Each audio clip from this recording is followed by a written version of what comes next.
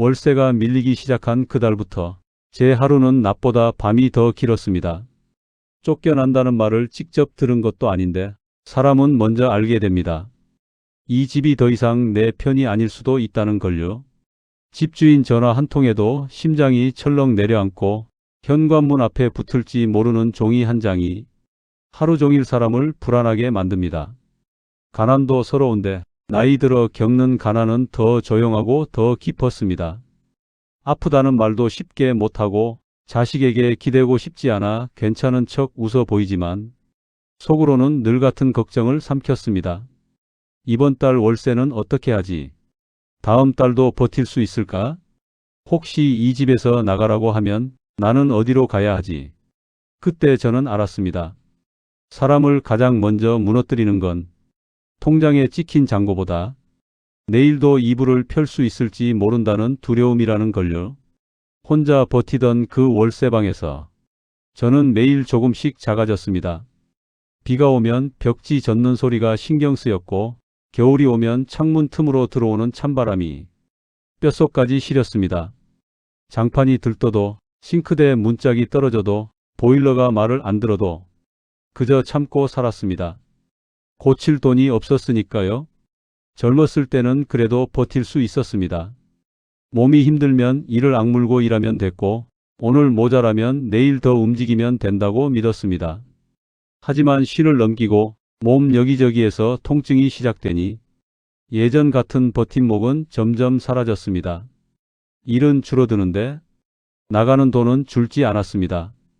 병원비가 무섭고 공과금이 겁나고 무엇보다 월세날이 가장 두려웠습니다. 달력에 표시된 날짜가 다가올수록 가슴이 먼저 답답해졌습니다.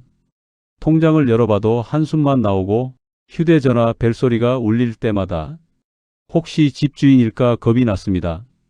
아주머니, 이번 달은 언제 주실 거예요? 그 말을 듣는 순간 꼭 내가 잘못 살아온 사람처럼 고개부터 숙여지더군요.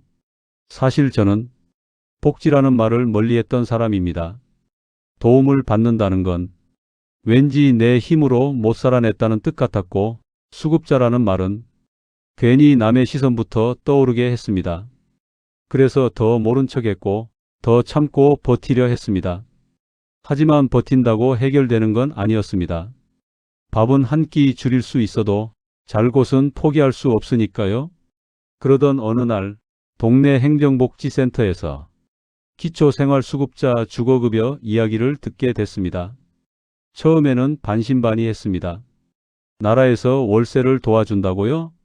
낡은 집 수리비도 지원해 준다고요?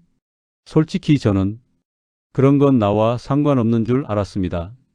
복잡하고 까다롭고 어쩌면 젊고 잘 아는 사람들만 챙겨가는 제도라고 생각했지요. 그런데 아니었습니다. 주거급여는 집 때문에 삶이 흔들리는 사람들에게 꼭 필요한 최소한의 안전망이었습니다. 쉽게 말하면 그렇습니다. 전세나 월세처럼 남의 집에 살고 있는 사람에게는 임대료 부담을 덜 수 있도록 임차급여가 지원되고 본인 소유의 집에 살지만 집이 너무 낡고 망가져 생활이 어려운 경우에는 집을 고칠 수 있도록 수선유지급여가 지원됩니다. 이 제도가 더 고마운 이유는 사람마다 처지가 다르다는 걸 어느 정도 반영해 준다는 점입니다. 가구원이 몇 명인지, 어느 지역에 사는지, 소득 상황이 어떤지에 따라 지원 기준과 금액이 달라집니다. 그러니까 혼자 산다고 무조건 안 되는 것도 아니고 지방에 산다고 덜 중요한 것도 아니며 나는 애매해서 안 될 거야 라고 혼자 포기할 일도 아니라는 겁니다. 저처럼 혼자 사는 사람에게는 매달 나가는 월세 몇만 원, 몇십만 원 차이가 삶 전체를 흔들 수 있습니다. 그 돈이 있으면 반찬 하나라도 더 살 수 있고 병원 갈 차비를 남길 수 있고 무엇보다 이번 달을 버틸 수 있습니다. 남들에게는 작아 보일지 몰라도 그 절박한 사람에게는 숨이 붙어 있게 해주는 돈입니다. 수선유지급여도 마찬가지입니다. 집이 있다고 해서 다 괜찮은 게 아닙니다. 천장에서 물이 새고 보일러가 고장나고 화장실 바닥이 미끄럽고 문턱이 높아 넘어질까 무서운 집에서 하루하루 버티는 분들이 정말 많습니다. 특히 나이가 들수록 집안의 작은 불편 하나가 큰 사고로 이어질 수 있습니다.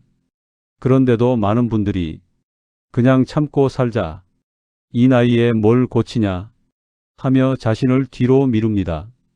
하지만 집은 그냥 비만 피하는 공간이 아닙니다. 몸을 쉬게 하고 마음을 눕히고 내일을 버틸 힘을 얻는 곳입니다. 그 공간이 무너지기 시작하면 사람도 함께 무너집니다. 저는 용기를 내어 상담을 받아봤습니다. 서류를 준비하는 것도 쉽지는 않았고 내 사정을 꺼내놓는 일도 부끄러웠습니다.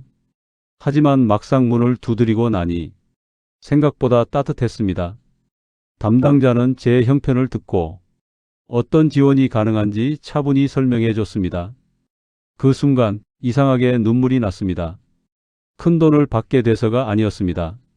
누군가 내 상황을 제대로 들어주고 있다는 사실이 오래된 서러움을 건드렸기 때문입니다. 그제야 알았습니다. 도움을 받는다는 건 내가 부족하다는 증거가 아니라 무너질 때 무너진다고 말할 수 있는 용기라는 걸요. 살다 보면 누구나 혼자 힘으로는 버티기 어려운 순간이 옵니다. 그때 나라가 만들어둔 제도를 이용하는 건 부끄러운 일이 아니라 당연한 권리입니다. 혹시 지금 이 이야기를 듣는 분들 중에도 월세가 무서워 잠 못 이루는 분이 계신가요? 오래된 집에서 빚에는 천장 아래 참고 사는 분이 계신가요? 수리할 돈이 없어 추운 겨울을 또 견딜 생각에 한숨 쉬는 분이 계신가요?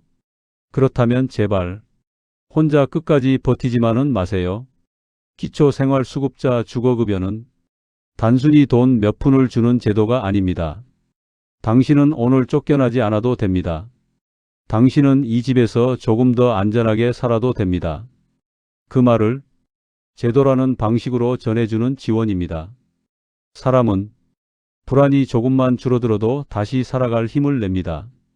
월세 걱정이 조금 덜어진 날, 집안에 고장난 곳 하나를 고친 날, 찬바람 들어오던 틈 하나를 막은 날, 그날부터 삶은 다시 버틸 만해집니다. 저는 이제 압니다. 가난보다 더 무서운 건 갈 곳이 없어질까봐 떨며 사는 마음이라는 걸요. 그리고 그 마음을 덜어주는 제도가 있다면 망설이기보다 먼저 알아봐야 한다는 것도요.